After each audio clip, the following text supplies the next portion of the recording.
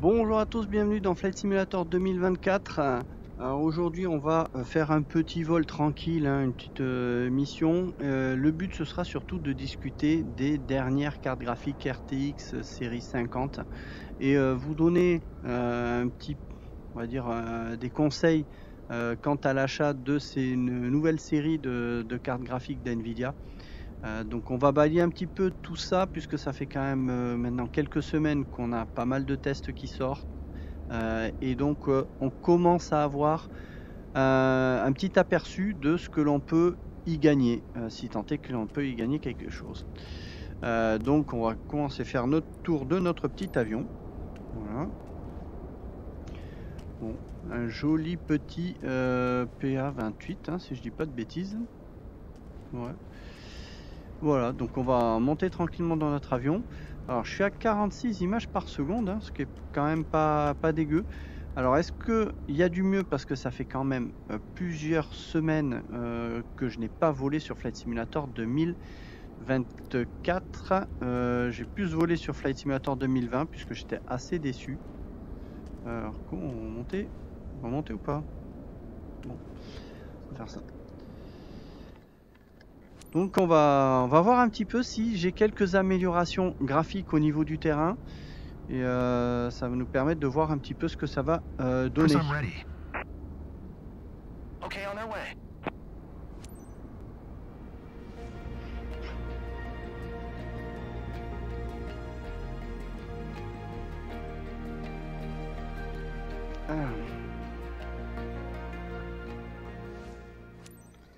On va mettre en route, on va rouler tranquillement et puis quand on va rouler, je vais commencer un petit peu à parler des RTX. For today's flight, you're taking Chris, one of our friends and his brother, over Buckeye. Seatbelt fastened, then you're all set. Engine started, let's go. Kilo Bravo X-Ray Kilo Traffic Beechcraft, November 17056, is taxiing to runway 35.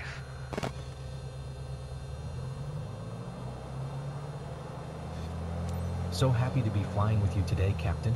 I'm Chris. Hey there, my name's Ryan. Alors, je n'ai jamais volé encore sur ce modèle-là. Thanks for taking me up today. Du moins dans Flight Simulator 2024. Donc j'avoue que je le connais un peu moins. Enfin même beaucoup moins.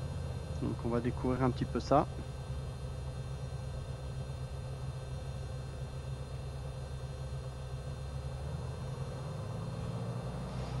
Alors on va décaler un petit peu ce truc là, afficher la carte.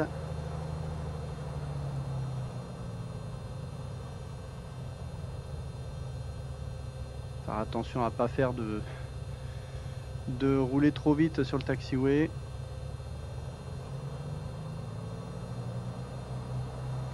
Pour l'instant j'ai une expérience qui est plutôt fluide, je suis toujours à 44 images par seconde.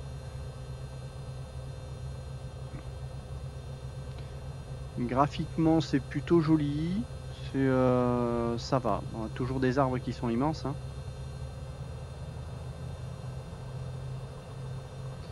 Alors où est-ce que j'ai les volets sur cet avion? C'est le capot moteur.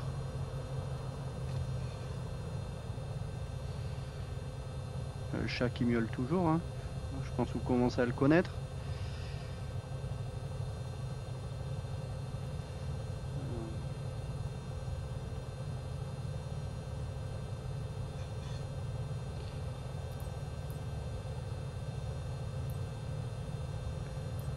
Où sont les volets sur cet avion?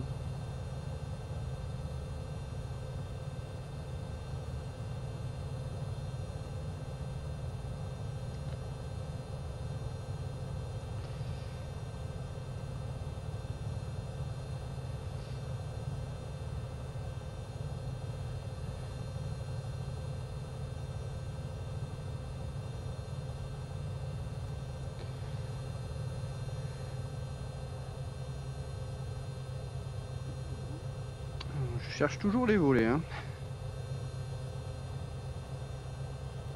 Ils sont là. C'est la petite manette qui est là. D'accord. Hop. Kilo Bravo Ouais. X-ray Kilo Traffic Beechcraft, November 17056, taking off runway tree 5 departure to the east. Alors, que penser donc de ces séries 50 qui When do sont we start? enfin sorties? Donc, on a d'abord eu des premiers tests sur la RTX 5090, donc le vaisseau amiral d'NVIDIA. Autant dire que c'est la carte graphique que je visais initialement, mais quand on voit le prix, on va s'attendre plutôt à des tarifs au minimum de 2500 €, pour ne pas dire 3000 €, je pense. Donc, c'est pas forcément du tout la gamme de prix que je viserais. Et donc, suite à ces premiers tests, alors certes, elle est extrêmement puissante, bien plus qu'une 4090, donc ça c'est certain. Mais le prix, franchement, ça vous calme direct. Voilà. Donc c'est pour ça que j'ai commencé à regarder davantage la 5080. Et la 5080, je disais, ça pouvait être potentiellement un bon compromis si on était entre la 4090 et la 5090, ça pouvait être pas mal. Et ça a été un peu la douche froide. Quand j'ai vu un peu tous les tests, je me suis rendu compte que en fait, la RTX 5080, c'est une grosse déception. Ne serait-ce que déjà parce que du point de vue des performances purement on va dire, matérielles, on a peut-être à 5% d'écart entre la 4080 et la 5080, c'est-à-dire du point de vue purement matériel, on n'a pas de gap de génération qui est énorme entre la 4080 et la 5080 au niveau rasterisation, c'est-à-dire si vous coupez toutes les technologies DLSS, etc., vous aurez entre 5 et 10% seulement de performance en plus. Et encore, si vous avez 10%, c'est vraiment, vraiment vous avez de la chance. I'm too excited to be scared. Et par contre, si on branche les DLSS, le frame generation, alors là oui, vous pouvez avoir quelques gains de performance. Alors, on va parler dans cette vidéo surtout de DLSS et de frame generation, parce qu'il faut bien faire la différence entre les deux. Parce qu'on vous dit beaucoup, oui, le DLSS 4 qui est intégré dans les nouvelles 50, ça vous fait gagner parfois 4 fois plus d'images par seconde. Attention, ça n'est pas le DLSS 4 en lui-même qui vous fait gagner tout ça. Ce qui vous fait vraiment gagner tout ça, en fait, c'est le frame generation. Pourquoi? Parce que sur les RTX 40, comme j'ai actuellement, j'ai la 4070 Ti Super, on a un frame generation qui est en x2, c'est-à-dire qu'on gagne à peu près deux fois plus d'images par seconde. La nouvelle technologie d'NVIDIA permet de gagner 4 fois plus, donc 2 fois plus que la génération des RTX 4000. Alors on se dit c'est que de la génération d'images par l'IA, donc ça peut être intéressant pour la VR. On va en parler un peu plus en détail après parce que oui, c'est en partie vrai. Mais il faut bien faire la différence entre le DLSS 4 et le multiframe generation. Pourquoi? Parce que le DLSS 4, eh bien, en fait, vous pouvez l'utiliser sur Flight Simulator 2024 et même le 2020. Et vous n'allez pas forcément gagner vraiment grand chose en termes d'images par seconde. Très franchement, en VR, les tests que j'ai fait, j'y gagne pas forcément énormément. On y gagne par contre, c'est vrai, en netteté. Alors on n'est pas encore avec des images satellites aussi nettes que sur Flight Simulator 2020, comme j'ai pu le faire remarquer dans les précédentes vidéos, où j'ai vraiment comparé les deux simules. Néanmoins, on y gagne quand même en netteté, ça c'est indéniable. Le DLSS 4 que vous pouvez installer avec le DLSS Swapper, ça je vous renvoie vers des vidéos qui vous ont été expliquées, notamment Immersive Games TV, qui parle justement de la manip à faire, qui l'explique très bien. Voilà, donc ça vous pouvez le faire sur les RTX 4000 sans aucun problème. Vraiment, j'insiste là-dessus. Par contre, vous n'aurez pas le frame generation en x4, vous l'aurez toujours en x2. Voilà, c'est on va dire la seule différence que vous allez avoir entre les RTX 4000 et 5000, ça va être ce frame generation qui va décupler le nombre d'images par seconde de vos jeux. Alors, est-ce que ça vaut le coup de passer sur une RTX 5000 aujourd'hui, particulièrement si on fait de la VR? Oui et non. Alors pourquoi? Ce qu'il faut bien comprendre, c'est que en termes de tarifs, on a des cartes graphiques qui sont quand même assez chères Donc est-ce que ça vaut le coup de passer d'une RTX 4000 comme c'est mon cas, la 4070 Ti Super, de basculer sur une RTX 50? Je vais vous dire franchement, je pensais passer sur la nouvelle génération. Pour l'instant, je ne prévois pas de passer sur les RTX 50. La seule qui vaut le coup actuellement, c'est la RTX 5090 pour la VR, clairement. Et la RTX 5080, ben, je suis mitigé. J'ai envie de dire, si vous venez d'une génération RTX 3000, je vous dirais oui, sans aucun souci. Préférez une RTX 5080 à une RTX 4080. Par contre, si vous venez d'une génération où vous avez déjà une 4000, non. Voilà, le prix d'environ 1500 € de la RTX 5080, ça ne vaut pas le coup. Donc limite, je suis en train de me poser la question si je vais pas attendre finalement la série 60 et peut-être rester pendant 2 ans avec la RTX 4070 Ti Super. Vraiment, tellement la nouvelle génération est décevante. Et la 5080 tout particulièrement. S'il y a bien une carte graphique que je ne vous recommande pas dans la série 50, c'est la 5080. Pourquoi? Parce qu'elle n'apporte pas vraiment de gain de performance réel par rapport à la série 40. Du moins la 4080. Et le prix est beaucoup plus élevé.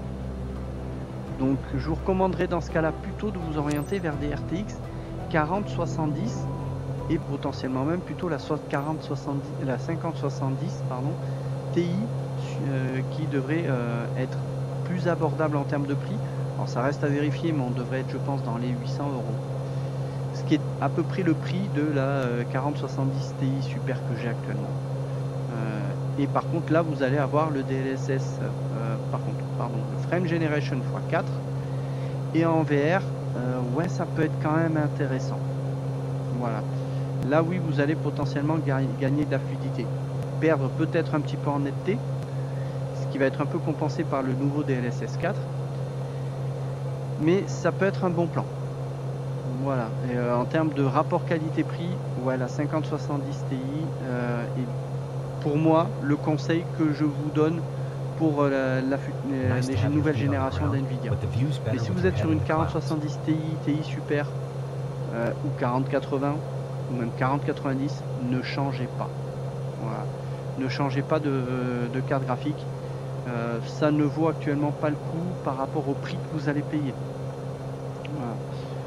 Donc cela dit, moi je vois avec ma 4070 Ti Super, j'ai quand même, je vais pas dire des super perfos, mais j'ai des bonnes perfos. Je suis à 46 images par seconde sur Flight Simulator 2024. Là, c'est fluide, c'est joli. Alors, j'ai pas la même netteté que dans Flight Simulator 2020, ça c'est clair. Donc, il faut que je vois avec Flight Simulator 2020, parce que depuis que je suis passé avec ce DLSS 4, j'ai réinstallé des pilotes et tout à zéro. J'ai perdu énormément d'images par seconde sur Flight Simulator 2020. Donc, il faut que je vois d'où ça vient. Ce petit problème. Voilà. Donc à vérifier. Mais en tout cas sur le 2024, j'avoue que l'expérience avec le Crystal Light, elle est très fluide. Vous n'avez pas les meilleurs graphismes, mais malgré ça, avec un casque qui est aussi gourmand que le Crystal Light, eh bien, j'ai franchement des performances qui sont bonnes. Donc j'ai envie de vous dire qu'aujourd'hui le meilleur rapport qualité-prix, si je vous conseillais au niveau matériel, ben, partez plutôt sur de la RTX 5070 Ti. Ça vous donnera un petit peu de marge en termes de performance, mais je pense que même une 5070 normale avec le Frame Generation x4, je pense que vous n'aurez pas de performance aussi dégradée qu'on peut le penser. Donc je pense vraiment que la 5070 Ti en termes de performance, vous allez vous retrouver sensiblement à ce que j'ai avec la 4070 Ti Super. C'est une évaluation à la louche par rapport à tous les tests que j'ai pu rencontrer, et franchement oui, là ça peut être intéressant. Voilà. Et vous aurez une très bonne expérience. Par contre, j'insiste bien sur un point. Faut savoir que pour que le Frame Generation x4 fonctionne, il faut que votre jeu soit fait pour. Et ça n'est pas le cas de tous les jeux. Donc attention à ça. C'est-à-dire que vous allez vous attendre à avoir 2 fois plus d'images par seconde sur certains jeux. Ça ne sera peut-être pas le cas parce que les jeux ne seront pas prévus de fonctionner avec ça. Donc, et DLSS 4, généralement, vous devrez pouvoir vous en sortir à peu près sur tous les jeux. Donc, pensez également à ça. C'est pas parce que vous prenez la RTX 50 qui vous offre un frame generation x4 que vous l'aurez sur tous les jeux. Attention à ça. Voilà. Donc voilà vraiment mon ressenti sur les nouvelles générations. Très franchement, les RTX 40 aujourd'hui sont assez capables en termes de VR. Si vous prenez le Crystal Light, moi je vous conseille vraiment au minimum, vraiment le minimum, c'est la 4070 Ti Super. C'est celle que j'ai. Je considère que c'est le minimum si vous voulez avoir une expérience correcte en VR. Si vous êtes sur du MetaQuest 3, vous avez une résolution qui est moindre et donc vous pouvez vous permettre d'avoir une carte graphique un peu moins bonne et vous aurez de très bonnes performances.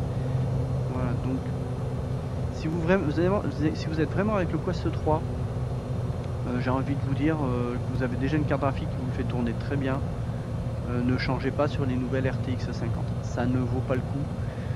Pour le Quest 3, vous n'allez pas vraiment y gagner. Par contre, pour le Pimax Crystal Light, où vous avez une grosse résolution, là oui, là ça peut être intéressant de surveiller un petit peu tout ça. Si vous prévoyez le Crystal Super, grosse résolution, là j'ai envie de vous dire minimum, c'est vraiment le minimum RTX 4090 ou RTX 5090. Moi je vous conseille pas en dessous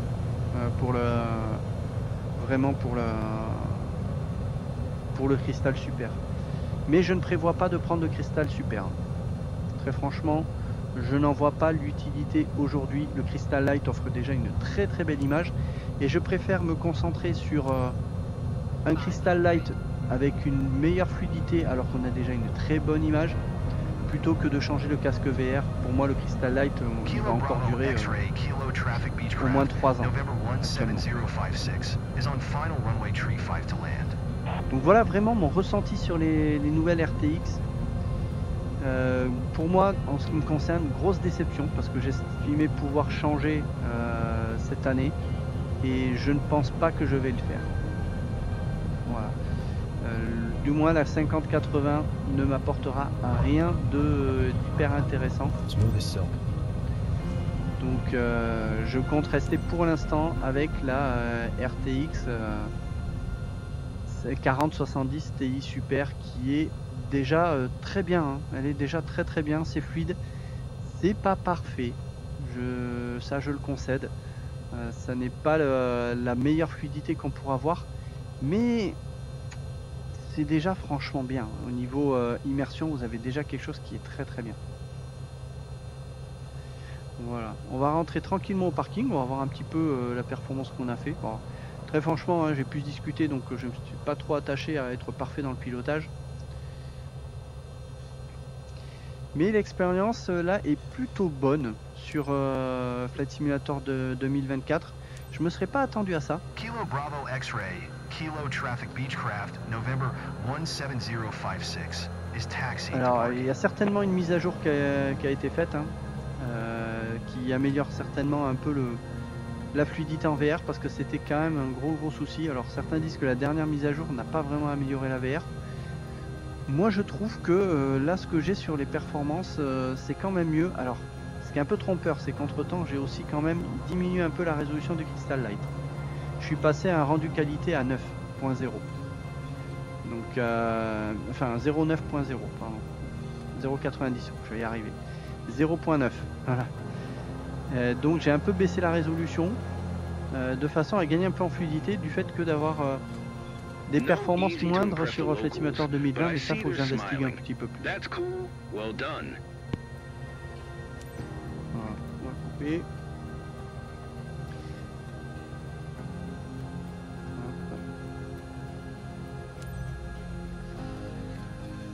Voilà. Donc voilà ce qu'il y a à retenir sur ces nouvelles RTX 50. Moi je vous conseille que si vous êtes sur une RTX série 30, Alors là, oui, s'orienter sur une RTX 50, donc sauter une génération, oui, ça se conçoit. Si vous êtes déjà sur une RTX 4070 Ti ou plus, là, j'ai envie de vous dire, ne passez pas le cap. Sauf si vous passez vraiment sur une 5090 où là, vous allez vraiment avoir un gap de performance énorme. Mais à l'heure actuelle, les 5070 Ti et les 5080, c'est pas folichon le gain que l'on a, hein. Donc moi en ce qui me concerne, je ne changerai pas pour l'instant. La seule qui pourrait vraiment faire de l'œil, c'est la 5090, mais le prix est beaucoup trop prohibitif, sachant qu'il y a également actuellement de gros soucis de stock. Et donc actuellement vous avez des augmentations de prix sur les nouvelles RTX. Donc attendez que ça se calme, n'achetez pas tout de suite, ça c'est vraiment le conseil que je vous donne. Ne donnez pas raison à tous ces vendeurs qui augmentent les prix parce qu'il n'y a pas assez de stock. Je ne cautionne pas du tout ces pratiques. Donc laissez le temps faire son œuvre et progressivement on aura un peu plus de cartes graphiques en stock, certainement d'ici la fin de l'année. Et là j'ai envie de vous dire, oui, ça pourrait peut-être être plus intéressant, mais à l'heure actuelle, non, ne partez pas sur les RTX 50, ça ne vaut pas le coup si vous venez des RTX 40. Voilà, après vous faites ce que vous voulez, moi c'est mon avis. Pour moi actuellement, les générations que l'on a de type 4070 Ti, si vous avez un Quest 3, très franchement, la 4070 Ti, elle suffit largement au Quest 3. Après, la TI Super, elle commence à être bien pour le Crystal Light. Donc là, oui, j'ai envie de vous dire, il vous faut une 4070 Ti minimum pour le Crystal Light pour avoir vraiment de bonnes performances. La 4080 est très bien aussi. La 5080 peut faire l'affaire aussi si vous n'avez pas une carte graphique très performante avant. Mais voilà, le Crystal Light, soyez conscient qu'il est beaucoup plus exigeant en termes de performance. Donc voilà, moi je vous conseille pas en dessous de la 4070 Ti pour le Crystal Light. Voilà, n'hésitez pas à mettre vos commentaires, poser vos questions, et puis on se dit à une prochaine.